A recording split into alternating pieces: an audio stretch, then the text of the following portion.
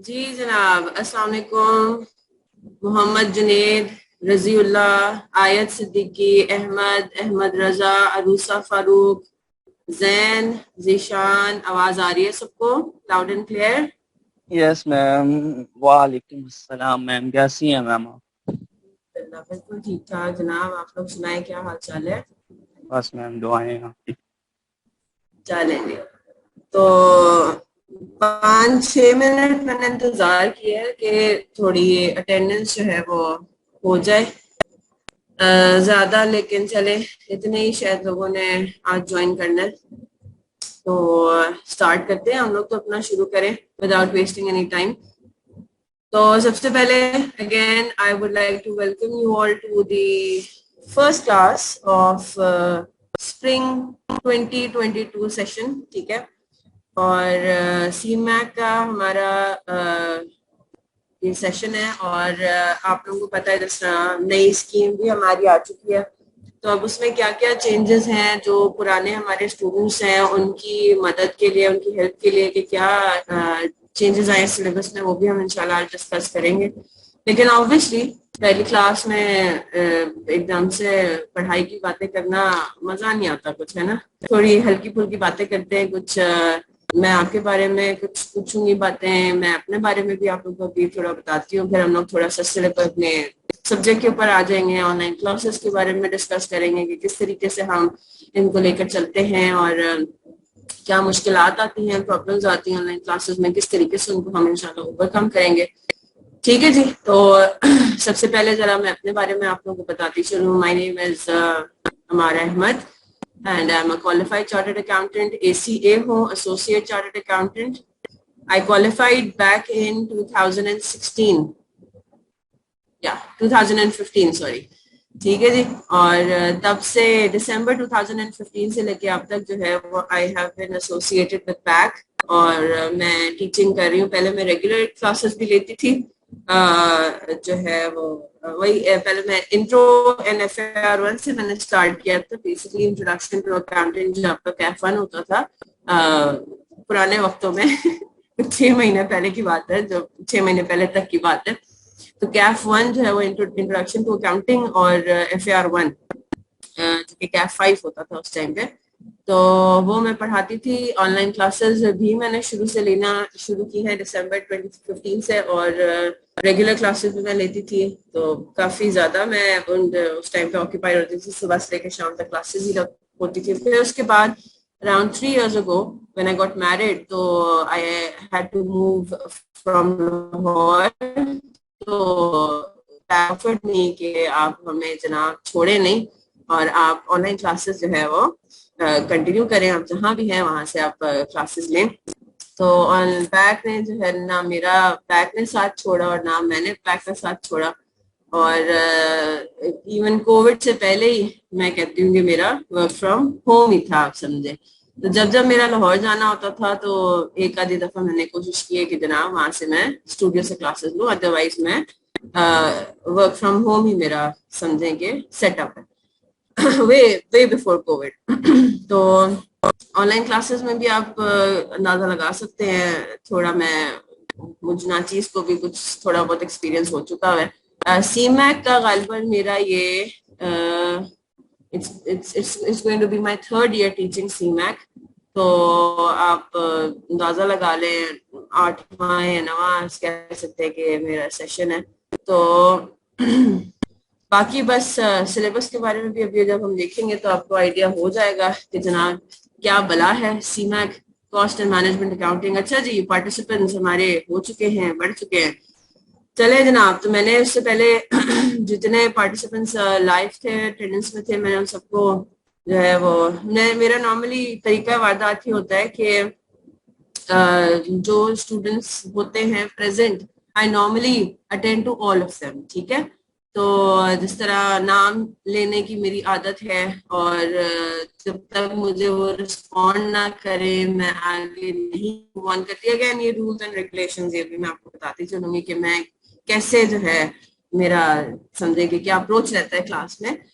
चले जनाब, तो जिन लोगों को मैंने मिस आउट कर लिया था, वी हैव जरिश, खालिद बिराज, अमार, हसन, मोहम्मद उमर, अबू हमाद, रजीउल्लाह को यहाँ से मैंने पहले एड्रेस कर लिया था, मोहम्मद जुनेद, वजाहत, आयत, आयत को भी शायद मैंने कर दिया था एड्रेस पहले, अब्दुल बासित हो गए, अहमद हो गए, 2 दफा अहमद है, आई गेस ये सेम ही है, 2 दफा लॉग इन इन्होंने किया हुआ डिफरेंट डिवाइसेस से I guess. Ahmad Raza, Ali Abdullah, Ali Ahmad with an extra I, मतलब लंबा पढ़ना है उसको, अली, ये बता दें जरा डिफरेंस क्या है अली और अली में। और अरूज, नसीर, अरूसा, फारूक, पहले मैंने आपको एड्रेस कर दिया है, आरजू जावेद, अच्छा ये तो हमारी कोऑर्डिनेटर है, अस्सलाम वालेकुम आरजू, अशर, इम्तियाज, आयशा, फिर एक और आयशा हैं, ये सेम है या नहीं, अच्छा माशाल्लाह अच्छे खासे पार्टिसिपेंट्स हैं। चले, हिबा फातिमा भी हमारे साथ टीए हैं, इज्जा मलिक, ये नाम मुझे कुछ जाना पहचाना लग रहा है, चले मैं स्किम ही कर देती हूँ, ठीक है। तो इन सब लोगों को मेरा अस्सलाम वालेकुम and I welcome you again. जिन लोगों को मैंने पहले वेलकम नहीं किया था, निशान अहमद जाठी भी थोड़े से मुझे जाने पहचाना नाम लग रहा है, और सारिम खान, हो सकता है कि हो कुछ ऐसे स्टूडेंट्स जो कि FAR1 या कोई और उन्होंने सब्जेक्ट CMAC हो सकता है पहले मुझसे पढ़ा हो। तो चले जी, अस्सलाम वालेकुम जनाब, क्या हाल चाल है सबके? FAR1 मुझसे पढ़ा था, ठीक है जी, क्या हाल है जनाब? अच्छा जी, अब जरा जल्दी से ना अपना, it won't be possible for me to read out loud हर किसी का, लेकिन जरा अपना बताते जाए आप लोग कौन सी सिटी से बिलोंग करते हैं। FAR1 पढ़ा था, ठीक, पास हो गया या नहीं हुआ ये पहले बताएं जीशान। रहीम या खान, और पहली दफा पढ़ रहे हैं बैक SOL से पहली दफा क्लासेस ले रहे हैं, या आई गेस अब सबको तकरीबन ऑनलाइन क्लासेस का आइडिया हो ही चुका होगा, क्योंकि जब से कोविड आया है तब से मतलब साल से ऊपर होने वाला है, तो इस तरह तो मेरे ख्याल से हो नहीं सकता कि आप लोग सब जो है वो एक साल से जो है वो बैठे होंगे, मतलब ऑनलाइन क्लासेस का एटलीस्ट एक दफा तो एक्सपीरियंस हो चुका होगा, यहाँ से नहीं तो कहीं और से। ठीक है जी, गुजरावाला, बुरे वाला, इज़ा मलिक का भी कह रही है not first time, Islamabad, Faisalabad, अच्छा जी, अली जो है वो फैसलाबाद के हैं, जबरदस्त। अली आपने बताया नहीं है कि एक्स्ट्रा आई कैसे पढ़ना है, लंबा करके पढ़ना है या नॉर्मल पढ़ो? गुजरावाला, लाहौर, अच्छा जनाब, और कराची के कोई भी नहीं है? पिंडी के हैं, खुशाब के हैं, मुल्तान, खानेवाल, इस्लामाबाद, मैं सब कराची साइड के भी लोग जो हैं वो कराची के जो क्या कहते हैं CA के इंस्टीट्यूट्स हैं, वो भी अब ऑनलाइन क्लासेस ऑफर करते हैं, तो वो मेरे ख्याल से कराची के और बाकी सिंध के जो इलाके के लोग हैं वो प्रेफर करते हैं कि वो कराची के ही टीचर्स से पढ़े। ठीक है जी, ईशा ने जी पैक GT कैंपस से पढ़ा हुआ है, अच्छा फिजिकल क्लासेस भी ली हुई हैं, अच्छा देखें डिफरेंस आप लोगों को जरूर फील होगा जब आप एक ऑनलाइन और रेगुलर क्लासेस से, अगर आपने रेगुलर क्लासेस भी ली हुई हैं, और वैसे भी देखिए रेगुलर क्लासेस हमने एटलीस्ट कॉलेज लाइफ तक तो ली भी होती है, राइट? अगर आपने CA एंटायरली ऑनलाइन किया हुआ है तो रेगुलर क्लासेस का एक अलग ही समझे कि मजा होता है, इवन आई मिस।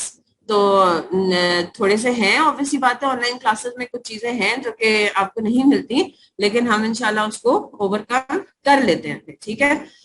और वो जाहिर सी बात है थोड़ी सी मेहनत उसमें रिक्वायर्ड होती है, थोड़ा सा एक मेरी तरफ से इनपुट है, फिर आप लोगों की तरफ से मुझे रिस्पॉन्स भी चाहिए होता है, तो वो इंशाल्लाह उससे हम उसको कवर कर लेंगे। जो हमारे पास एक इन्वायरमेंट नहीं है क्लास का, फिर एक हमारे पास सारे क्लास में मौजूद होते हैं, फिजिकली क्लास में मौजूद होते हैं, टीचर भी सामने होता है, तो थोड़ा सा बंदा अटेंटिव होता है, थोड़ी एक समझे कि खैर नींद तो उस टाइम भी आ रही होती है क्लास के अंदर, लेकिन मैंने देखे हुए ऐसे बच्चे जो कि अकाउंटिंग की क्लास में जो है वो सोए हुए, या तो पता नहीं मैं इतना बड़ा पढ़ा रही थी शायद कि उनको नींद आ गई, लेकिन ज्यादा नहीं, कुछ मुझे बस याद है एक का दुक्का केसेस रेगुलर क्लास के अंदर जिनको मैंने पकड़ा था सोते हुए, नहीं डस्टर वगैरह कुछ नहीं मारा था वैसे ही। ठीक है जी, तो चलें जनाब, अच्छा मैं जरा अपने बारे में एक और जो इंफॉर्मेशन है वो भी जरा देती चलूँ। कहाँ से किया वैसे ये, मैं बेसिकली कराची की पैदाइश हूँ, और कराची में ही मैंने सारी अपनी स्टडीज वगैरह, इसीलिए मैं कराची का पूछ रही थी, क्योंकि नॉर्मली एक का दुक्का जो है वो स्टूडेंट कराची का हमारा निकल आता है, लेकिन यहाँ पे अपेरेंटली जी जिन्होंने जवाब नहीं दिया, जरा कोई कराची के हैं तो वो भी जरा बता दें तो इसीलिए मैं कराची का भी स्पेशली पूछती हूँ कि कोई कराची से है या नहीं।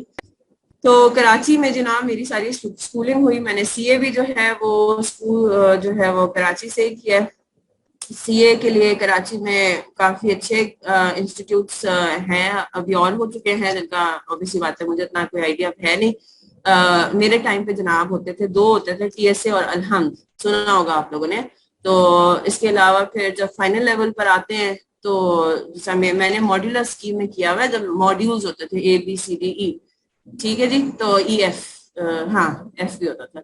तो उसमें यह है कि फाइनल लेवल पे जो ई और एफ के जो मॉड्यूल्स होते थे उसमें फिर टीचर्स, अच्छे जो टीचर्स होते थे, फिर हम उनके पास जाते थे रादर देन द इंस्टीट्यूट्स, ठीक है। तो वो बड़े अच्छे, कोई नामी गिरामी कह सकते हैं कि कराची के टीचर्स से मैंने पढ़ा हुआ है, और बहुत अच्छे टीचर्स थे, बहुत उन्हीं से आप समझे कि मैं इंस्पायर हुई हूँ, और टीचिंग जो है वो मेरा आहिस्ता आहिस्ता कोई पैशन बना।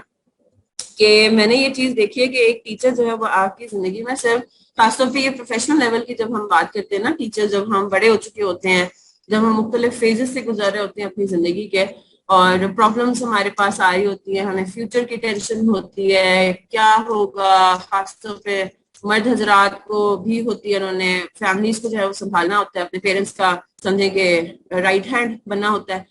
तो उस टाइम पे बड़ी जो है टीचर का एक बहुत पॉजिटिव रोल जो है, जी जनाब मैं बताती हूँ उस बारे में भी। एक टीचर्स का मैंने देखा है कि एक बहुत पॉजिटिव इम्पैक्ट आपकी जिंदगी में पड़ सकता है, ठीक है। नेगेटिव इम्पैक्ट तो मैंने कहीं नहीं देखा टीचर का, अल्हम्दुलिल्लाह, और आई होप कि मेरा भी कोई नेगेटिव इम्पैक्ट नहीं पड़ता होगा। पॉजिटिव इम्पैक्ट ही पड़ता है, आप किसी ना किसी तरीके से इंस्पायर ही होते हैं अपने टीचर से। I am talking as a student, मैं एक टीचर बन के बात नहीं कर रही कि मेरे से बच्चे इंस्पायर होते हैं, वो तो वल्लाह आलम। लेकिन मैं बहरहाल अपने टीचर से बहुत इंस्पायर हुई थी, मैंने अपने टीचर से बहुत सपोर्ट ली है, समझे, सिर्फ स्टडीज में नहीं, मुख्तलिफ फेजेस ऑफ लाइफ, मतलब आप सुनने के अपनी कुछ ऐसी प्रॉब्लम्स भी, प्रोफेशनल प्रॉब्लम्स भी डिस्कस की हैं, उनसे गाइडेंस ली है, पर्सनल प्रॉब्लम्स भी काफी हद तक कोशिश तो की है कि ना करें, लेकिन ऑब्वियसली बात है कहीं ना कहीं पे आके गाइडेंस की जरूरत पड़ती है। और उसमें फिर सबसे पहला जो नाम हमारे दिमाग में आता है पेरेंट्स के बाद, वो आता है टीचर्स का, कि चले जनाब टीचर से जाकर जरा डिस्कस करते हैं कि ये हम एक मसले में फंसे हुए हैं, इसको जरा देखते हैं कि वो किस तरीके से हमें एडवाइस करते हैं। और वैसे भी एक जनरल एक आपकी उस टाइम पे पर्सनालिटी काफी हद तक ग्रूम हो तो चुकी होती है जब आप सीए में आते हैं, लेकिन फिर भी कहीं ना कहीं रूम फॉर इम्प्रूवमेंट डेफिनेटली बहरहाल बाकी होती है। सीए में आके कितने लोग जूम होते हैं, और उसमें भी मैं कहती हूँ कि हमारे टीचर्स का बड़ा एक हाथ होता है कि वो किस तरीके से उठते बैठते हैं, किस तरीके से बातें करते हैं, किस तरह से ड्रेसिंग करते हैं, बड़ा हमारे ऊपर इम्पैक्ट उसका पड़ता है, फिर हम उसको काफी हद तक कॉपी करने की भी कोशिश करते हैं। तो it is all because of that. और फिर ऑब्वियसली बात है स्कूल में आप खुद सोच लें, आप अपने टीचर्स को कितना ज्यादा, मतलब काफी आई होप आप लोग बिठाते होंगे सर आंखों पर, लेकिन जितना मैंने एटलीस्ट बहरहाल नोटिस किया है कि स्कूल में भी छोटे बच्चों से लेकर बड़े बच्चों तक टीचर्स का, चले सारे टीचर्स का नहीं तो एटलीस्ट हमारी लाइफ में, स्कूल लाइफ में एक आधे टीचर तो ऐसे जरूर होंगे जो कि हमें अभी तक याद होंगे, उनका नाम भी अभी तक याद रखा होगा, और हमारी दुआओं में भी कहीं ना कहीं वो आते होंगे, और हम कहीं ना कहीं उनके बारे में पॉजिटिव बात जरूर करते होंगे, कहीं ना कहीं उन्होंने हमारी लाइफ में जरूर इम्पैक्ट किया होगा। तो इस चीज ने जो है वो मुझे बड़ा, मतलब समझे कि मोटिवेट किया। और आई सीए में ही थी, तो मेरा कोई इरादा नहीं था ये 9 to 5 जो हम कहते हैं सीए वालों का, फाइनेंस वालों का, कि जी 9 to 5 वाली हमारी जॉब है, और 9 to 5 एक्चुअली होती नहीं है, उसको तो मैं कहूँगी 9 to 12 कह ले, या 12 to 12 कह ले, वो भी सही रहेगा। तो ये जो 9 to 5 वाली जॉब है उसका मेरा कोई आर्टिकल्स के दौरान मेरा कोई इरादा नहीं था करने का। मैंने कहा कि नहीं जनाब, करना है तो प्रोफेशनल टीचिंग ही करनी है, वरना फिर ये कि I am not the kind जो शायद 9 to 5 में सर्वाइव कर सकता। तो तब से जो है वो टीचिंग का समझे कि भूत ही सवार था, जो कि अल्हम्दुलिल्लाह अभी तक चढ़ा है, और कोई उसके आसार नहीं है नजर आ रहे उतरने के। तो बस ये नाम मेरी थोड़ी कहानी है टीचिंग का, मैंने आपको बता दिया। हाँ जी, आर्टिकल्स मैंने कराची से किए हैं, मैंने क्वालिफाइड बेसिकली सीए किया था, तो उसके बाद फिर my family and I move to Lahore. तो आर्टिकल्स मैंने किए हैं KPMG से। और वहां पे फिर मैंने पोस्ट क्वालिफिकेशन शुक्र अल्हम्दुलिल्लाह विद इन आर्टिकल्स क्वालिफाई भी मैंने कर लिया। और विद इन आर्टिकल्स कंप्लीट होते साथ ही फिर मुझे असिस्टेंट मैनेजर भी उन्होंने कर दिया था प्रमोट बिफोर द रिजल्ट के, मतलब रिजल्ट आने से पहले ही मेरे जो पार्टनर थे उन्होंने मुझे कह दिया था कि भाई तुम एएम हो। और हालांकि रिजल्ट आने से पहले कहते हैं कि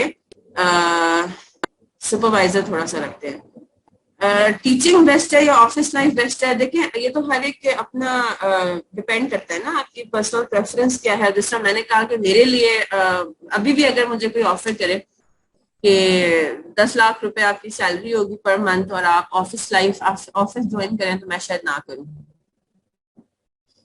तो because I like teaching better, मतलब मुझे जो टीचिंग में मजा आता है और जो टीचिंग में मुझे समझे कि मेरा जो एक पर्सनल सेटिस्फेक्शन एक होती है, एक मेरा लाइफ का एक टारगेट जो अचीव हो रहा होता है, वो शायद मेरा ऑफिस लाइफ से ना अचीव हो। काफी लोग ऐसे देखे, टीचिंग इज नॉट समथिंग जो हर कोई कर सकता है। पहली बात तो आप ये जरा अपने दिमाग में बिठा लेना कि अगर आपको ये लग रहा है कि जी आजकल तो इतने टीचर्स फील्ड में हैं और इतना इतने लोग पढ़ा रहे हैं, जी पैसा ही पैसा है, ये है वो है, तो इतनी बात आप अपने दिमाग में रखें कि ये बात आप लोगों को भी पता है, ठीक है ना। हाँ जी, मैं मॉनेटरी लिहाज, अच्छा मॉनेटरी लिहाज से मैं बताती हूँ, वो डिस्कस कर लेते हैं। इतनी बात आप लोगों को पता है कि और इतना मेरे ख्याल से स्टूडेंट बॉडी भी इतना पावरफुल हो गया कि मुझे भी ये बात पता है कि मैंने अगर अपना अच्छा नहीं पढ़ाया, मैंने अगर सिलेबस जो है वो प्रॉपर अपने बेस्ट तरीके से कवर नहीं किया, मैंने अगर इसमें थोड़ी सी खयानत की ना टीचिंग में, तो मुझे पता है कि मेरा अगले सेशन में नहीं होंगी इतनी एडमिशंस, ठीक है।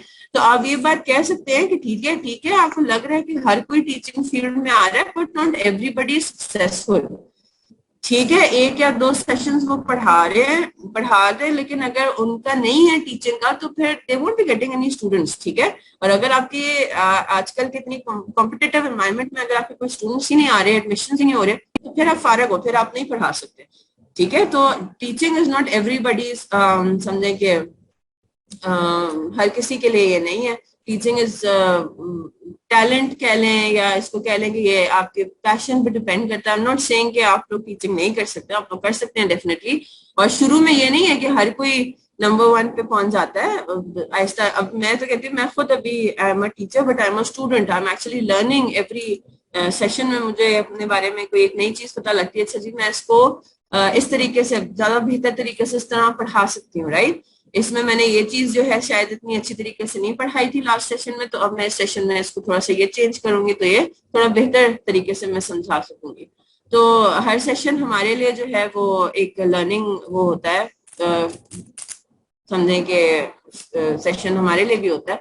अच्छा जी, मॉनेटरी लिहाज से तो देखें, ऑब्वियसली बात है, जब आप सीनियर होते जाते हैं एज ए टीचर, तो फिर आपकी मॉनेटरी पोजीशन भी थोड़ी बेहतर होती रहती है, लेकिन डेफिनेटली इट डिपेंड्स। जैसा आप ज्यादा क्लासेस लेंगे तो आपको ज्यादा पैसे मिलेंगे, लेकिन अगेन ऑफिस इंडस्ट्रीज में काम करने से तो ऑब्वियसली बात है थोड़ा सा इसकी कम रिम्यूनरेशन है। अगेन देखिए, सिर्फ पैसा नहीं होता, जब आप आगे अपने जब आप एक फ्रेश क्वालिफाइड सीए होते हैं ना, तो फिर आपको लगता है कि जनाब पैसे ही हर चीज है। आप नया नया अपनी जी करियर में आप करियर स्टार्ट करने लगे हैं और आपको लगता है जी बस पैसा आना चाहिए, मैं डे 1 से ही जो है ना 2 लाख रुपए कमाना शुरू कर दूं तो बस जिंदगी सेट हो जाएगी। तो जब आप आहिस्ता आहिस्ता जब अपने करियर में प्रोग्रेस करते हैं, when you start gaining experiences and when you start gaining जो है डिफरेंट आपके साथ वाकयात होते हैं, जब आप मुख्तलिफ आपको जब आप anyway जब आप मेच्योर होने लगते हैं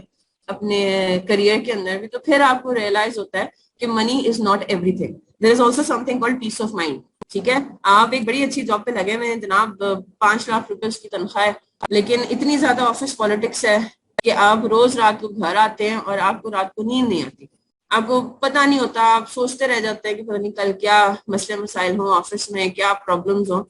तो अल्टीमेटली आपके ऊपर जितनी भी रिस्पॉन्सिबिलिटी होगी, बस आप इस कोशिश में लगे होंगे कि जनाब बस किसी भी तरीके से ना जॉब शिफ्ट कर लें, भले हमें कम सैलरी की जॉब मिल जाए लेकिन अच्छी जगह मिल जाए, ठीक है, प्रोग्रेशन उधर होती रहेगी। तो करियर में जब आप एक प्रोफेशनल बन जाते हैं ना, तो after some time money becomes a secondary thing for you, ठीक है। ये peace of mind becomes more important. उस कंपनी में, उस जगह पर आपको कितना प्रोग्रेस नजर आ रहा है अपने लिए, ठीक है ना, कि मैं कितना आगे तक जा सकता हूँ या जा सकती हूँ, ठीक है। ये आपके लिए बड़ा जरूरी हो जाता है। पीस ऑफ माइंड, अगेन जिस तरह मैंने आपको कहा, एनवायरनमेंट कैसा है उस जगह का, again that is related to peace of mind, ठीक है ना। वो बड़ा मैटर करता है। मतलब मैंने ऐसे लोग भी देखे हैं, जिस तरह I work as an auditor in Pfizer. Pfizer से मेरा काफी अरसे तक, तकरीबन मैं 2 साल तक बार बार उसके ऑडिट पे जाती रही हूँ।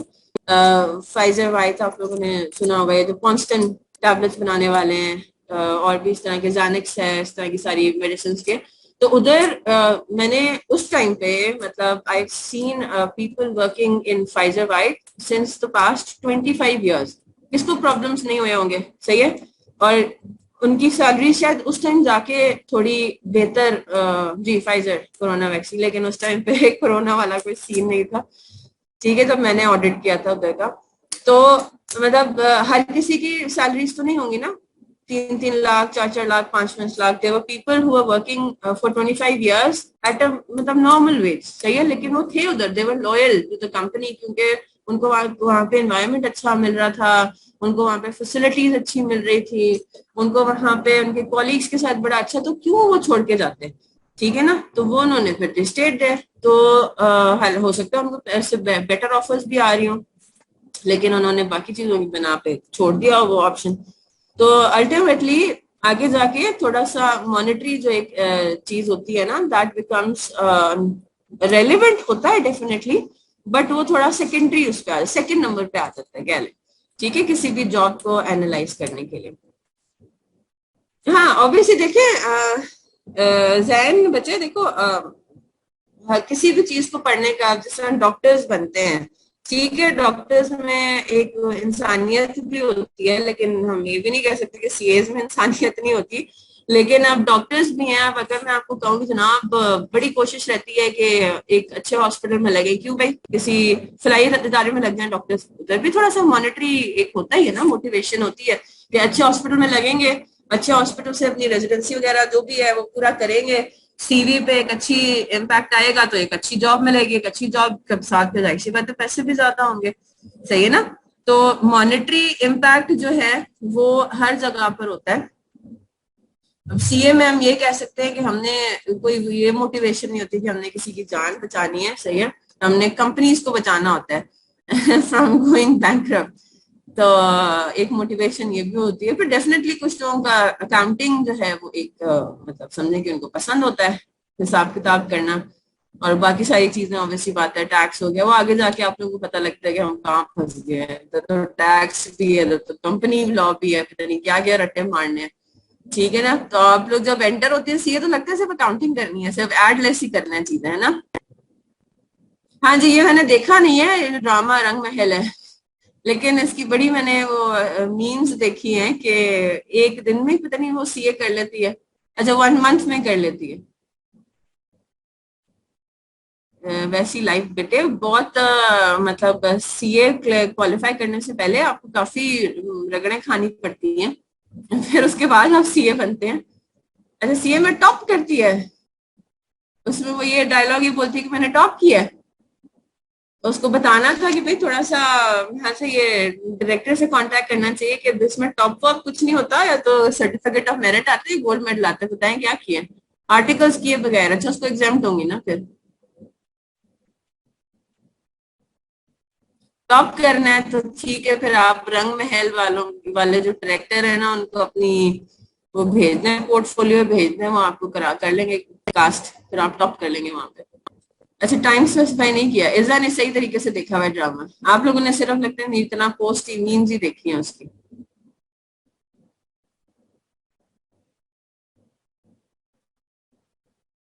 चले, सही है जी, होता होगा ऐसा सीए, लेकिन वो बहरहाल पाकिस्तान में नहीं है, मैं नहीं जानती एटलीस्ट। अच्छा कंप्लीट देख रहे हो, उसमें नहीं, 1 मंथ ही है,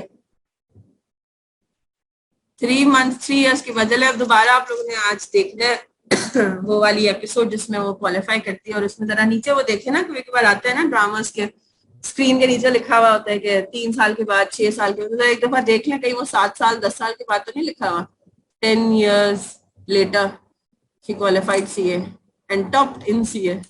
सीए में टॉप किया उन्होंने। चले 10 साल के बाद फिर भी थोड़ा समझ में आता है। चले जनाब, तो ये तो जनाब हो गया, थोड़ी कहाँ से कहाँ डिस्कशन निकल आती है। तो मैंने अपने बारे में सब कुछ बता दिया। हाँ जी, चले आगे तो डेफिनेटली हल्की फुल्की बातें तो आगे भी इंशाल्लाह होती रहेंगी। और जनाब 4 साल के बाद हुआ लेकिन लड़की ने, अच्छा चले ठीक है, मैं भी जरा देखूंगी ये क्या चक्कर है। अच्छा जी, थोड़ा पढ़ाई की बात कर लें या थोड़ा और डिस्कस करना है ड्रामे को?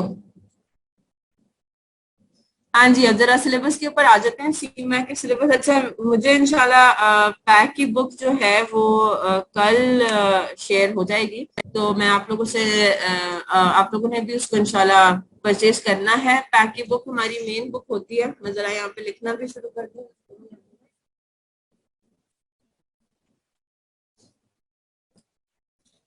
अच्छा, मैं नॉर्मली जो है, वैसे तो मैं ये व्हाइट बोर्ड भी यूज करती हूँ, बट अकाउंटिंग के लिए ज्यादातर जो है वो मैं ये जो हमारा एक्सेल है उसको यूज करती हूँ। ठीक है, क्योंकि उसमें जाहिर सी बात है फिर फॉर्मूलाज वगैरह लगाना आसान होता है। वो इंशाल्लाह आप लोगों को भी हो जाएगा।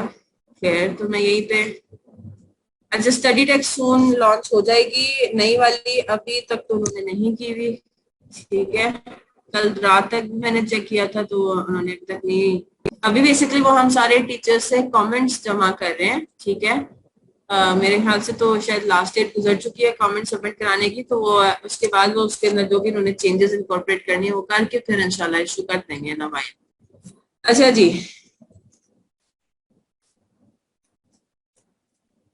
नई स्कीम के अंडर, जी जनाब मैं पैक बुक से पढ़ाती हूँ। नई स्कीम के अंडर इसका जो टाइटल है या नंबर है कह लें, वो कैफ 3 है। ठीक है ना, और जो बच्चे पहले ये पढ़ चुके हैं, ठीक है ना, ओल्ड स्कीम में दिस वाज कैफ 8, तो सबसे पहला चेंज तो ये आया। ठीक है, अब और क्या चेंजेस आए हैं स्कीम के अंदर, ये आई होप कि आप लोग सब इससे वाकिफ होंगे किस तरीके से शफलिंग हुई है सब्जेक्ट्स की। ये अगर तो किसी को नहीं पता तो दूसरा सर जाफर ने भी इसके ऊपर एक अच्छा खासा बड़ा सेशन लिया है, वो फेसबुक पे अवेलेबल है, प्लीज गो थ्रू दैट। एक जनरल जो उन्होंने एक डिस्कशन की हुई है रिगार्डिंग कंप्लीट जो चेंज आया उसके अंदर। फिर जाहिर सी बात है सब्जेक्ट वाइज सिलेबस में क्या चेंजेस हैं वो तो फिर हमने आपके रिस्पेक्टिव टीचर्स ने जो है वो आपके साथ जो है वो डिस्कस करना है। ठीक है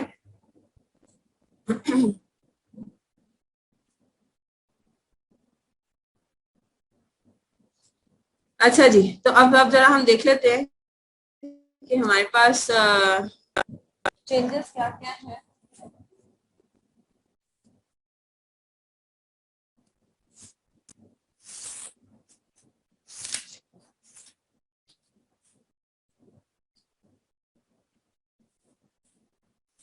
देखिए, हाँ डेफिनेटली जो उन्होंने टॉपिक्स एलिमिनेट किए हैं वो अच्छे टॉपिक्स थे। ठीक है ना, वो समझे कि उसमें वो ज्यादातर डूएबल थे। लेकिन लेट्स सी, पहला अटेम्प्ट है, हो सकता है अब देखते हैं कि वो किस तरीके से हमें इंफॉर्म करते हैं कि अब क्या स्ट्रक्चर होगा पेपर का और किस तरीके का क्या फॉर्मेट होगा। तो उम्मीद पे दुनिया कायम है, और उम्मीद करते हैं कि उन्होंने जो चैप्टर्स एलिमिनेट करके अपेरेंटली हमारे लिए सिलेबस को छोटा किया है वो थोड़ा बेहतरी की तरफ ही जाएगा। ठीक है जी, अच्छा जी, तो अब मैं जरा एक एक करके आप लोगों के सामने जरा टॉपिक्स लिखती हूँ।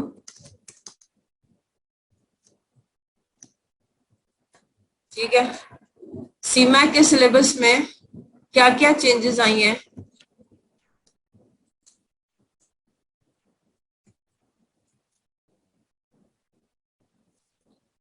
हाँ जी, मुझे तो ये बताया गया है कि pack book is available now. तो आप नंबर मेरे हाथ से ग्रुप में भी किसी ने शेयर किया हुआ है क्लास के ग्रुप में, तो आप काइंडली उस नंबर पे कांटेक्ट करके बुक्स आप मंगा लें।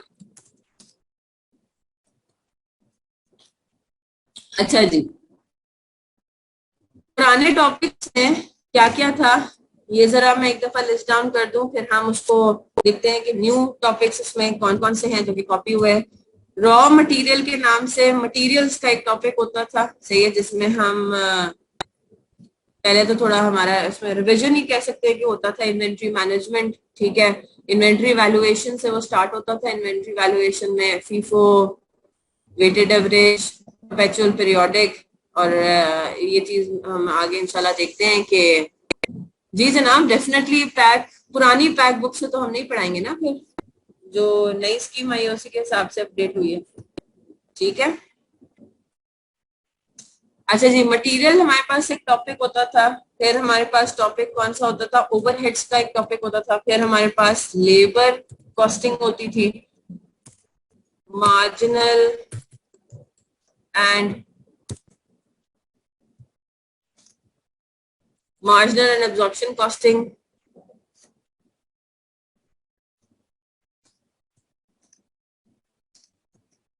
अब देखिए इन टॉपिक्स में होना क्या है, क्या क्या, what are these topics about, ये सरसरी से मैं डिस्कस कर सकती हूँ, डिटेल में डिस्कस करने की अभी कोई जरूरत नहीं है, क्योंकि डेफिनेटली हमने चीजें पढ़नी है। जो ऑलरेडी कोर्सेज सिलेबस पढ़ चुके हैं तो उनको आइडिया है, हल्का फुल्का मैं भी आप लोग से डिस्कस करने लगी हूँ, ठीक है।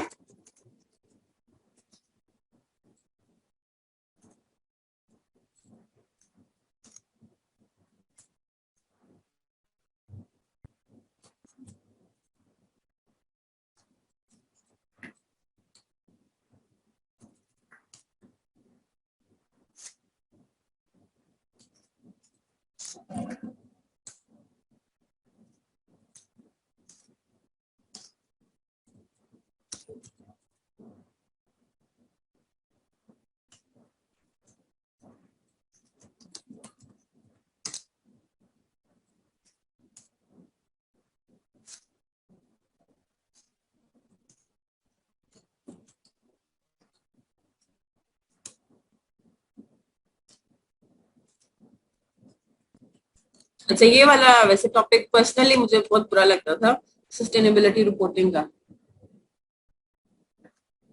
और बेसिकली पढ़ाना मुश्किल था, पढ़ाना इन द सेंस कि इसमें कैसे अंडरस्टैंडिंग देना मुझे पर्सनली थोड़ा मुश्किल लगता था देना, एंड आई एम ग्लैड कि it is not in syllabus anymore.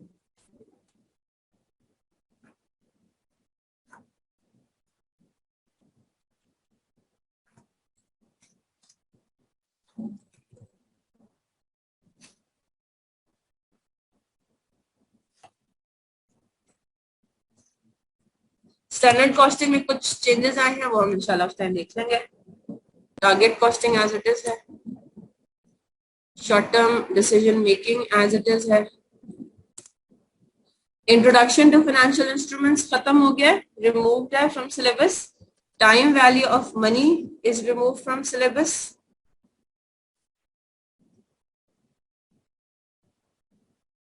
and sustainability reporting is no more in syllabus. ये आपके पास एक समझ लें कि पुराने स्टूडेंट्स के लिए ये एक रेलेवेंट चीज है। नए स्टूडेंट्स ने तो नए सिलेबस के हिसाब से ही पढ़ना है फॉर द फर्स्ट टाइम, तो ये आप लोगों के लिए कोई मैटर ऑफ कंसर्न नहीं होना चाहिए कि क्या चेंजेस आई है क्या नहीं। आप लोगों ने अब नए तरीके से ही सारा कुछ पढ़ना है।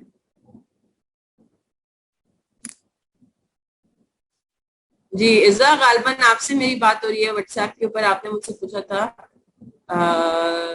आई think it was you right.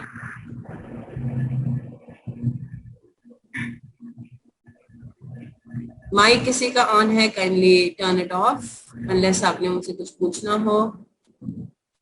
Thank you. ठीक है जी, तसल्ली हो गई। सीमैक में क्या चेंजेस आई है वो आपके सामने।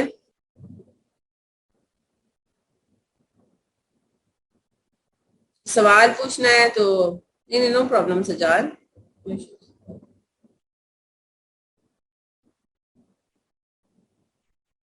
हाँ जी, any point of discussion in this. अच्छा, ग्रिड के बारे में थ्योरी कितना परसेंट है देखें, समझ लें कि अब तो क्योंकि सस्टेनेबिलिटी रिपोर्टिंग जो है वो थोड़ा थ्योरेटिकल एक आपका होता था। इंट्रोडक्शन टू फाइनेंशियल इंस्ट्रूमेंट्स में थोड़ा थ्योरी होता था, ठीक है।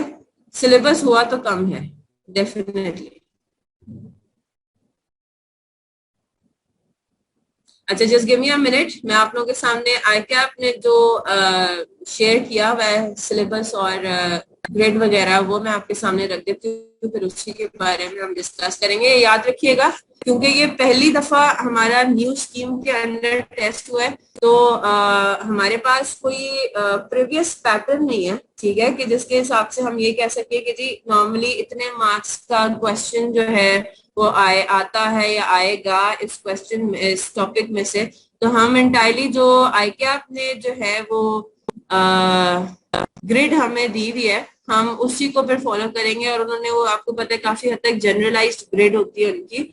हम लोग नॉर्मली जो अपना एक जिस तरह बच्चों को बताने के लिए जो एक स्टैब्लिश करते हैं ना कि अच्छा जी मटेरियल्स है, मटेरियल का टॉपिक है, मटेरियल के टॉपिक में नॉर्मली इतने से इतने मार्क्स के सवाल आते हैं, ठीक है ना। ओवर एज के टॉपिक में से इतने मार्क्स का सवाल आता है, तो वो अब जाहिर सी बात है हम थोड़ा सा स्पेकुलेशन के बेसिस पे ये करेंगे। जो जो टॉपिक्स हमारे पिछले सिलेबस से कैरी फॉरवर्ड हुए हैं, हम लेट्स सी, अब मेरे हाथ से आए कि आपने कोई फॉर्मेट पेपर भी नहीं, सैम्पल पेपर जिस तरह होता है ना पास क्वेश्चन पेपर, उन्होंने अब तक वो भी कोई शेयर नहीं किया।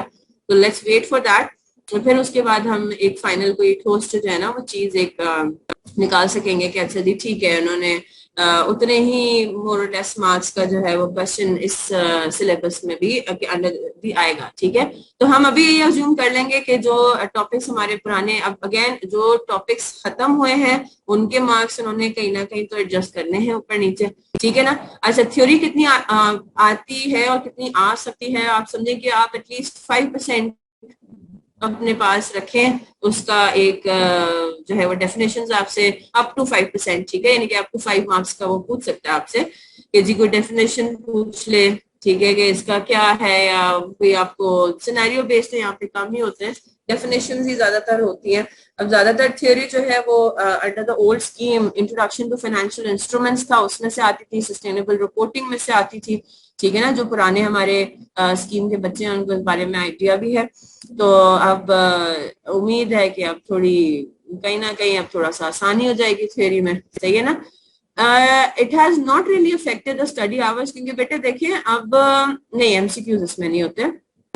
आप ये देखें ना, 100 मार्क्स का पेपर अभी भी है, सही है ना। अब रिडक्शन इन सिलेबस उन्होंने जो अपेरेंटली किया है उसको वो कहीं ना कहीं से एडजस्ट करें। जिस तरह पहले फॉर एग्जांपल अगर कोई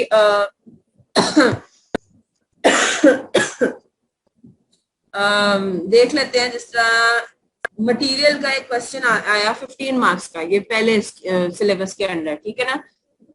15 मार्क का कोई मटेरियल का क्वेश्चन आता था, या लेट्स से कि वो उसकी मतलब majority question for example 10 to 15 marks के दरमियान होते थे, और कभी कभी 18 मार्क्स का भी आ जाता था।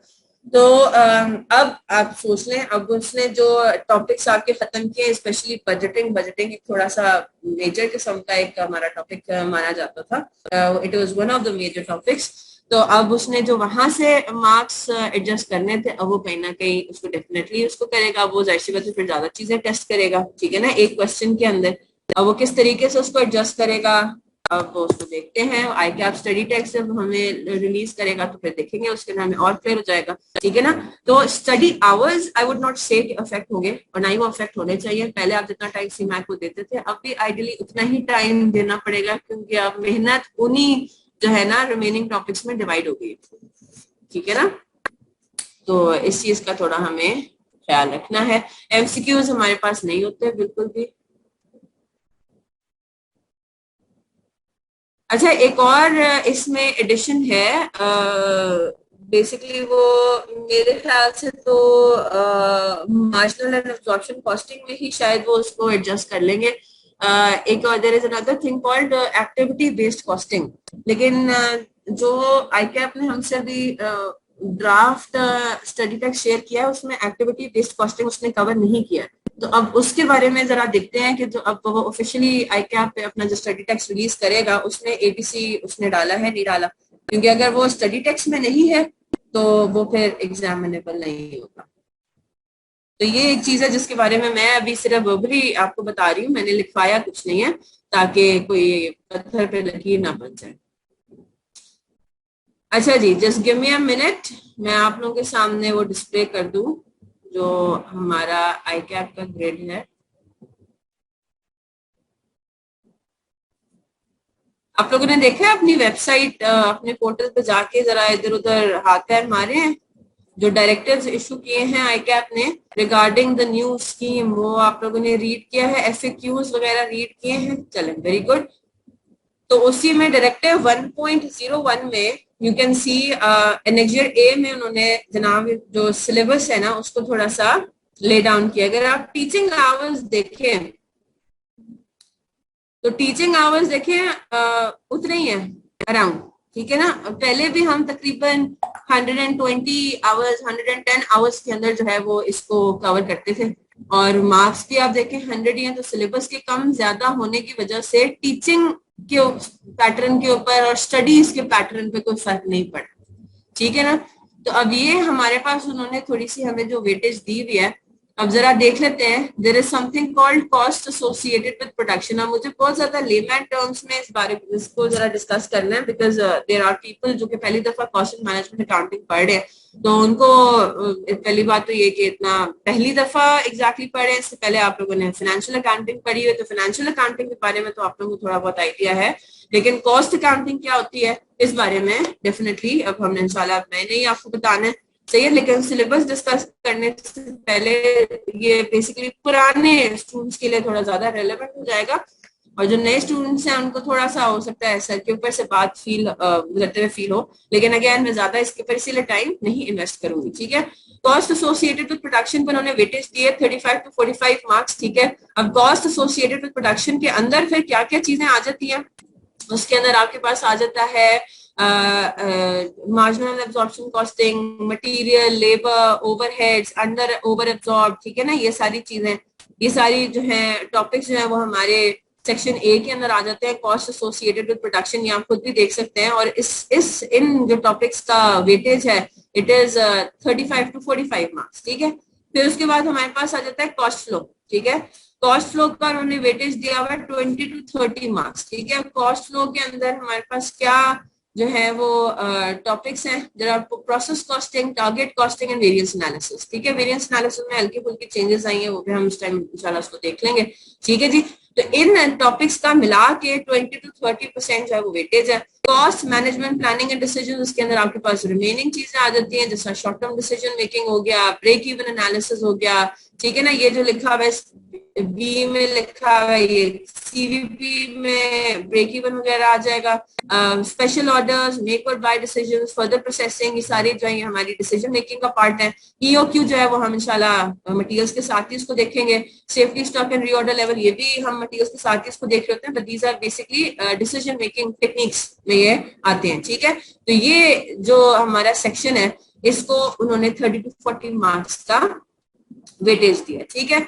अगेन ये बात मैं अपने स्टूडेंट्स को स्टार्ट में भी कह देती हूँ और एंड में तो मैं लाजमी बात कहती हूँ, नो टॉपिक इज, समझें कि इतना ऐसा कोई टॉपिक भी नहीं है जिसको आपने छोड़ देना है, ठीक है ना। आप लोगों ने कोशिश ये करनी है, देखिए क्लास में तो हम हर टॉपिक कवर करेंगे इंशाल्लाह, सही है। जब आप अपनी तैयारी कर रहे होंगे एग्जाम के लिए तो आपने यही समझना है कि every topic is important for you, और उसकी वजह क्या है, उसकी वजह यह है कि 1 मार्क से आपका डिसीजन होता है वेदर यू पास और फेल। जैसे फॉर एग्जाम्पल आपको अगर किसी टीचर ने कहा, किसी सीनियर ने कहा, टीचर तो मेरा नहीं ख्याल क्यों कहेगा, और किसी सीनियर ने कहा जॉब एंड सर्विस कॉस्टिंग छोड़ देना अगर टाइम ना हो, बड़ा आसान है, आता नहीं है, कभी कभार आता है, या उसने आपको बड़ी वो करा दी, देखो मैंने पैटर्न बनाया। मैं कभी भी जो टॉपिक्स का पैटर्न है मैं नहीं कभी बनाती हूँ, नहीं मैं वो कभी डिस्कस करती हूँ विद स्टूडेंट्स, और उसकी क्या वजह है वो मेरे पुराने स्टूडेंट्स को पता है, मैं आप लोगों को भी बता देती हूँ। तो किसी सीनियर ने जी आपको बड़ा कहा कि जी जॉब एंड सर्विस कॉस्टिंग तुम छोड़ देना, बल्कि आप ही ने कहा, पूछा कौन सा टॉपिक है जो मैं छोड़ सकूं, 2 दिन रह गए एग्जाम में और मैंने ना अभी तक पूरा सिलेबस नहीं कवर किया। उसने कहा कि अच्छा जी जॉब एंड सर्विस कॉस्टिंग नहीं की, भी रहने देना। तो आपने कहा अच्छा जी ठीक है, आप बड़े रिलैक्स हो गए। अब जो टॉपिक्स आपने किए हुए थे उसमें से इतने मुश्किल सवाल आए ठीक है ना, कि आपको अपनी कश्ती जो है वो डूबती भी नजर आ रही है। और जॉब एंड सर्विस कॉस्टिंग जो आपने छोड़ दिया था, उसका एक सवाल बड़ा आसान था, 3 से 4 मार्क का। फॉर एग्जाम्पल 3 से 4 मार्क्स का तो खैर नहीं आएगा, लेकिन लेट्स अज्यूम कि जी बहुत ही कोई मतलब compare to the rest of the paper हल्का सवाल आया, और आप जो है वो लेके बैठे हुए हैं, आपको तो पता ही नहीं कि उसमें करना क्या है, याद ही नहीं है कुछ, राइट। बाहर निकलते हैं तो सारे स्टूडेंट्स बड़ा ये कहते हुए सुनते हुए आपको मिलता है कि जी बड़े बड़े बाकी टॉपिक्स तो बड़े टफ थे, जॉब एंड सर्विस कॉस्टिंग का बड़ा आसान सा क्वेश्चन आया, वो हमने कर लिया विद इन टाइम और आसान भी हो गया। अब आप जो 49 पे आके अटक गए फाइनल रिजल्ट में, आपको हमेशा अब ये रहेगा कि काश मैं जॉब एंड सर्विस कॉस्टिंग कर लेता, थोड़ा टाइम उस पर भी लगा लेता, उसको ना मैं इग्नोर करता, मैं मैनेज कर लेता अपनी पढ़ाई को, टाइम मैनेजमेंट कर लेता रिवीजन के टाइम पे, या कर लेती, तो शायद मैं ये 49 मार्क्स या 48 मार्क्स में जो मैं रुक गया हूँ या रुक गई हूँ, तो शायद वो जो मैंने एक पूरा टॉपिक छोड़ दिया है ये सोच के कि ये इम्पोर्टेंट नहीं है, ठीक है ना, तो शायद मैं पास हो जाता है, पास हो जाती। तो बात समझ आ रही है सबको? हाँ जी, यस और नो? तो मैं मुझसे एटलीस्ट आपने ये एक्सपेक्टेशन नहीं लगानी, नंबर वन, कि at the end of the session मैं आपको ये बताऊंगी कि ये टॉपिक कर लें, ये टॉपिक ना करें। ये तो मैंने कभी कहना ही नहीं है, सही है, इंशाल्लाह कभी नहीं कहूंगी मैं ये बात। और हाँ, ये डिस्कशन हमारी जरूर होगी कि these topics are major topics and these are less major topics, ठीक है। नहीं, अब आपको पता है आपने कितने पेपर्स दे चुके हैं अब सीए के, ठीक है ना, अब आपको बहुत अच्छे तरीके से अंदाजा है कि सिर्फ एक गलती की वजह से आप पास या फेल नहीं होते। मैं कहती हूँ कि ये जो आप कहते हैं ना मतलब आपसे मुराद, मैं जनरली बात कर रही हूँ, फिर इसको पर्सनल ना ले, ठीक है। आप कहते हैं ना जी 48 मार्क्स पे आके मैं फेल हो गया, मैं 2 मार्क्स से फेल हुआ, मैं 2 मार्क्स से रह गया, तो मैं कहती हूँ बेटे वट आप 2 मार्क्स से नहीं रहे, आप 52 मार्क्स से रहे हैं, ठीक है ना। You could have earned a lot of marks, मतलब आपने 48 मार्क्स अर्न किए आउट ऑफ 100, तो वट एवर द रिमेनिंग 52, सही है ना। आप जो फेल हुए हैं 48 पे, इसका मतलब है कि आपके पास 52% गुंजाइश है फॉर इम्प्रूवमेंट, सही है ना। तो आपने उस 52 को बेसिकली कवर करना है, द वंस मतलब नहीं पास अनफॉर्चुनेटली हुए, तो किसी ना किसी तरीके से मेहनत करके, पहले अगर कान सीधे तरीके से पकड़ रहे थे, अब उल्टे तरीके से पकड़ेंगे, पीछे से पकड़ेंगे, देखेंगे कि क्या मसला हुआ था। क्योंकि मैं ये बात बिल्कुल भी नहीं कहती कि नहीं फिर आप रंग महली ज्वाइन कर लें, उनकी कास्ट ही ज्वाइन कर लें, सही है।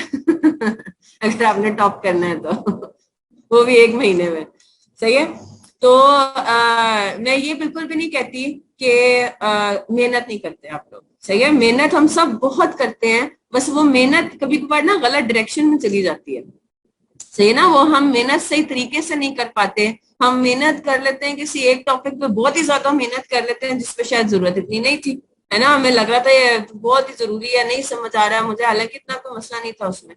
तो मेहनत सभी करते हैं, अब मेहनत सही डायरेक्शन में कैसे करनी है उसकी गाइडेंस के लिए फिर हम मौजूद हैं, ठीक है ना। तो ब्लेम ऐसे रहने दें, आप सिर्फ एक टॉपिक पर नहीं करते, टीचर्स को भी ठीक ठाक ब्लेम करते हैं, सही नहीं पढ़ाया उन्होंने, इसीलिए मैं फेल हुआ, है ना, इसीलिए मैं फेल हो गई, उन्होंने ठीक ही नहीं पढ़ाया टीचर ने तो। अच्छा जी, डायरेक्टर भी आप, प्रोड्यूसर्स भी आप। अच्छा, सीए में सबसे मुश्किल सब्जेक्ट कौन लगता था? अच्छा, मेरे कौन कौन से पुराने स्टूडेंट्स हैं, किन लोगों ने मुझसे पहले पढ़ा हुआ है, वो जरा इस सवाल का जवाब दें, मुझे कौन सा सब्जेक्ट मुश्किल लगता था सीए में। इसके बारे में मैं जरूर बात करती हूँ अपने सेशंस के अंदर।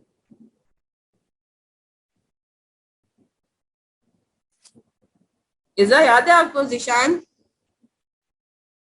ये जिशान जट हैं जो सबसे एंड में जिनका नाम मारा था, जो कह रहे थे कि उन्होंने मुझसे FAR 1 पढ़ा, याद है? जिशान अहमद जट,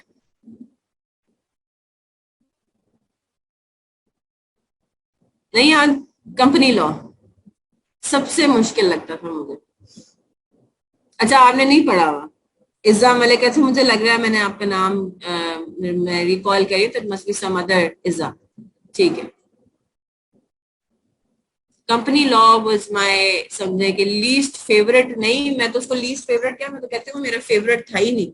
लीस्ट फेवरेट तो वो होता है ना कि चलो थोड़ा बहुत फिर भी चलो बंदा उसको बर्दाश्त कर लेता है। Company law is one subject जो कि मैं मतलब मैं कहती हूँ कि मुझे कोई जितने भी पैसे ऑफर करते हैं पैक वाले, मैं शायद पढ़ाऊं भी ना। ओके ओके ओके, अच्छा अच्छा अच्छा अच्छा। आपने बुक से रिलेटेड से मुझे कांटेक्ट, हाँ शायद इसीलिए मेरे दिमाग में आपका नाम रह गया है।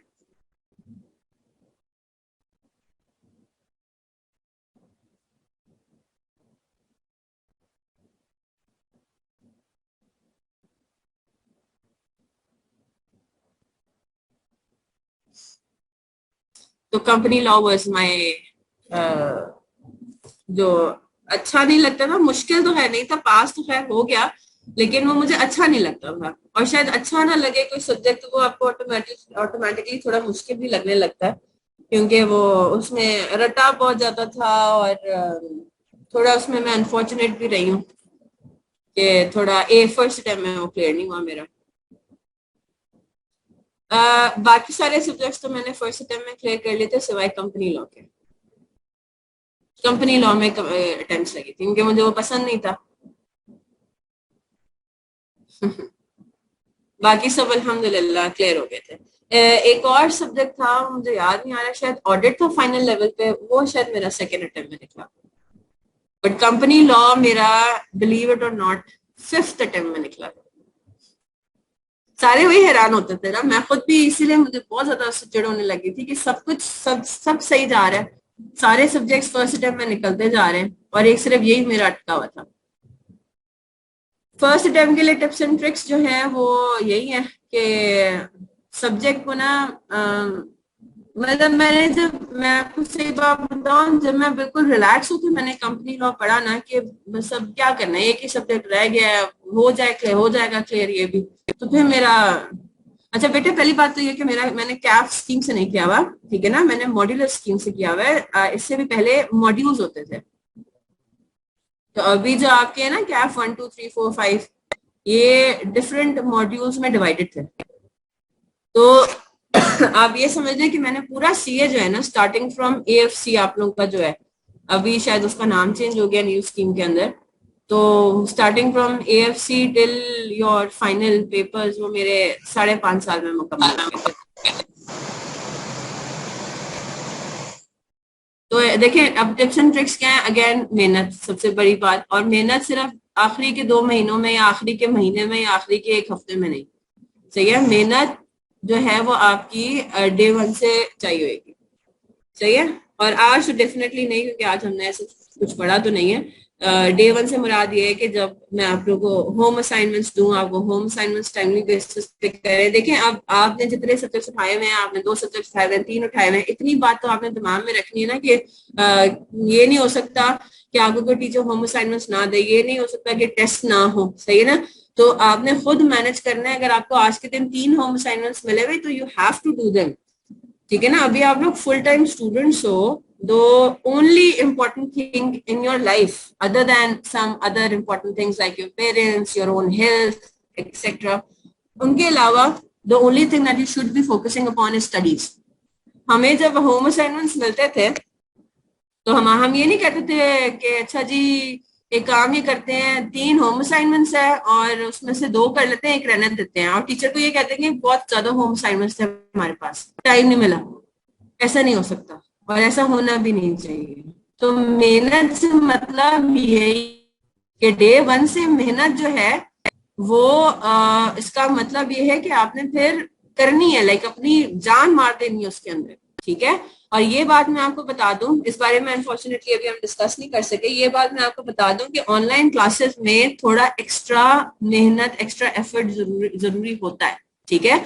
क्योंकि ऑनलाइन क्लासेस के अंदर पहली बात तो ये है कि जैसे अगर मैंने आज के दिन आपको कोई असाइनमेंट दिया है, तो अनफॉर्चुनेटली मैं कल, आप जिस तरह मेरा ये तरीका होता था जो फिजिकल रेगुलर क्लासेस के अंदर, कि मैं फिर जाके हर बच्चे की सीट पे जाके चेक करती थी, हाँ जी रजिस्टर खोल के मुझे दिखाएं कहाँ किया आपने वो होम असाइनमेंट, राइट। तो एक बेइज्जती वाला एक एलिमेंट आ जाता था, एम्बैरसमेंट वाला एलिमेंट आ जाता था कि अगर मैंने नहीं किया तो पूरी क्लास में मिस बोलेंगे क्यों नहीं किया, सही ना, वजह बताओ। फिर एक वही दिमागी तौर पे बंदा जो बोलने नहीं करने वाला, उसके पास हजार बहाने होते हैं, लेकिन एटलीस्ट आपको पता है कि क्लास में एक रेपुटेशन खराब हो जाती है, बहुत सारे एलिमेंट्स हैं, मजाक, फ्रेंड्स मजाक उड़ा रहे होते हैं, दूसरे लोग भी जो है वो आपको थोड़ी अजीब नजरों से देख रहे होते हैं कि ये तो बंदा पढ़ता ही नहीं है, बंदी पढ़ती नहीं है। सही है ना। तो ऑनलाइन क्लासेस में थोड़ा सा आपको एक्स्ट्रा एफर्ट, मैं इधर भी डेफिनेटली नाम लेके जो है वो पूछती हूँ। यहाँ पे मैं एक और तरीका रखती हूँ होम असाइनमेंट्स के लिए, वो मैं आप लोग से इंशाल्लाह डिस्कस कर लूंगी। टेस्ट नहीं देंगे आपका अपना नुकसान है, होम असाइनमेंट्स नहीं करेंगे आपका अपना नुकसान है। मुझे जितने पैसे मिलते हैं वो मुझे मिल जाएंगे, मैंने जितनी मेहनत करानी है वो मैं कराऊंगी इंशाल्लाह आप लोगों को। आगे से अगर आप लोग नहीं रिस्पॉन्स देंगे तो फिर खुदा ना खास्ता अगर पेपर किसी का रुकता है तो एटलीस्ट वो ये बात फिर ना करे ना कि हमें पढ़ाया नहीं गया। सही सही है ना। आप पढ़ाया आप लोगों को बिल्कुल सही किया है। अच्छा, आप लोग अगर ये भी कहते हैं कि जी हमने तो बड़ी मेहनत की थी, और वो पता ये चलता है कि मेहनत ड्यूरिंग द फर्स्ट 4 मंथ्स तो कोई की नहीं है। जब क्लासेस खत्म होने का इंतजार कर रहे थे कि जी क्लासेस खत्म होगी तो फिर हम अपनी पढ़ाई स्टार्ट करेंगे, तो क्लासेस खत्म होने के बाद ये जो 1.5 महीना बचता है इसके अंदर आपने 2 सब्जेक्ट करने हैं, 3 करने हैं, और वो फिर बिल्कुल आप सिरे से अगर सोच रहे हैं कि जी मैं कर लूंगा, उसको रिवाइज भी कर लूंगा, तो 4 महीने पहले पढ़ी हुई चीज फिर दोबारा रिवाइज करना थोड़ा मुश्किल हो जाएगा। सही है ना। तो थोड़ा मेहनत जो है वो आहिस्ता आहिस्ता आपको डे 1 से ही स्टार्ट करनी है, तो आगे जाके आपको थोड़ा सा इम्पैक्ट करेगा। और उसमें जाहिर सी बात है होम असाइनमेंट्स हैं, टेस्ट हैं, यही आपकी मेहनत का एक वो है ना। जब मैं टेस्ट रखती हूँ, टेस्ट रखूंगी, तो टेस्ट रखने का मतलब ये कि आपने उस टॉपिक को अब रिवाइज करना है, जो हमने पिछले हफ्ते या हफ्ते 10 दिन में जो टॉपिक कवर किया है। सही है ना। तो वो रिविजन करना बेसिकली उसी टाइम पे, ठीक है ना, दैट वुड हेल्प यू। उसमें जो आपको क्वेरीज आएंगी, प्रॉब्लम्स आएंगे, अच्छा ये उस टाइम तो हमें बात समझ में आ गई थी, अब समझ नहीं आ रही, 10 दिन के बाद अगर उसी क्वेरी को अगर आप रिजॉल्व कर लेंगे तो इट इज बेटर। ये रादर देन कि 4 महीने बाद आपको ख्याल आ रहा है कि वो ये बात तो मुझे समझ ही नहीं आई। और उस टाइम पे जाहिर सी बात है अगर आप मुझे ये कहते हैं या किसी और स्टूडेंट को ये कहते हैं कि जरा ये टॉपिक दोबारा पढ़ा दो, तो उस टाइम पे आपको I am sorry you won't be getting a positive response. ठीक है। और ये बात बिलीव इट और नॉट मुझे काफी स्टूडेंट्स ने की भी है। एग्जाम से 1-2 दिन पहले मिस ये टॉपिक पढ़ा दें, मतलब how can you say that. ये टॉपिक मैं पढ़ा दूं या मैं ये टॉपिक आपको रिवाइज करा दूं या मैं इसके आपको क्या मतलब मैं रिवीजन नोट्स बनाऊं, रिवीजन नोट्स बनाना तो आपका काम है। ठीक है ना। अच्छा, मॉड्यूलर स्कीम में बेटे सब्जेक्ट्स अटेम्प्ट करने का तरीका वारदात पे डिफरेंट होता था। एक मॉड्यूल में जितने भी सब्जेक्ट्स हैं वो आपको अटेम्प्ट करने होते थे। तो हर मॉड्यूल में डिफरेंट सब्जेक्ट्स होते थे, किसी में 3 होते थे, किसी में 4 होते थे, यहाँ से मैक्सिमम 4 ही होते थे। फिर अगर पिछला कोई सब्जेक्ट रह गया आप वो भी अटेम्प्ट कर सकते थे। सीमैक इजी सब्जेक्ट है, नहीं इतना आसान नहीं है, लेकिन अगेन अगर आप सीए में ये सोच के एंटर हुए हैं कि इसमें आपको आसान सब्जेक्ट्स ही पढ़ाए जाएंगे, आगे आसानी ही आसानी है, तो I am sorry you're in the wrong course. ठीक है, ऑडिट शुरू हो गई। ठीक है। अच्छा, इसके बाद आप लोग की ऑडिट की क्लास होती है 11 बजे। चलें जी, ठीक है जनाब। तो सिलेबस इंशाल्लाह फिर हम कल से स्टार्ट करेंगे इसके बारे में, सीमैक के बारे में थोड़ा मैं आप लोगों को ऑनलाइन क्लासेस अटेंड करने का तरीका बताऊंगी। फिर इंशाल्लाह 5-10 मिनट का वो सेशन होगा, फिर उसके बाद हम इंशाल्लाह अपना officially cost and management accounting start कर देंगे। कोई और सवाल तो जल्दी से पूछ लें, नहीं तो फिर इजाजत है। अच्छा, अटेंडेंस का आप लोगों ने बहुत ख्याल रखना है, अटेंडेंस शुड बी रेगुलर। एक भी क्लास आप लोगों की मिस हो गई ये सोचते हुए कि जी रिकॉर्डिंग है, रिकॉर्डिंग ले लेंगे, सुबह आंख नहीं खुली 10 बजे तो जी कोई बात नहीं, सो जाते हैं, रिकॉर्डिंग ले लेंगे। बस मेरी बात याद रखें, एक दफा आप लोग रिकॉर्डिंग पर आ गए विदाउट एनी वैलिड रीजन, आप लोग का बस एक विशेष साइकिल स्टार्ट हो जाना है, फिर मिस हो जानी चीजें सारी। You have to be very particular about attendance. इसके बारे में भी मैं कल थोड़ा सा आप लोग को वॉर्न कर दूंगी। ठीक है। नहीं नहीं, जनवरी एंड पे इंशाल्लाह एंड होगा सिलेबस। ठीक है, जनवरी एंड पे इंशाल्लाह। ऑफिशियल डेट ऑफ जो सिलेबस कंप्लीशन है वो जनवरी 31 बताते हैं, लेकिन नॉर्मली 3-4 दिन उससे ऊपर लग ही जाते हैं। किस चैप्टर से स्टार्ट करेंगे? थोड़ा सा इंट्रोडक्शन है, then will be revising knowledge brought forward from FR1 इंशाल्लाह। ठीक है जी, चले इंशाल्लाह फिर कल मुलाकात होती है। Till then take care of yourselves, दुआ में याद रखिएगा। अल्लाह हाफिज।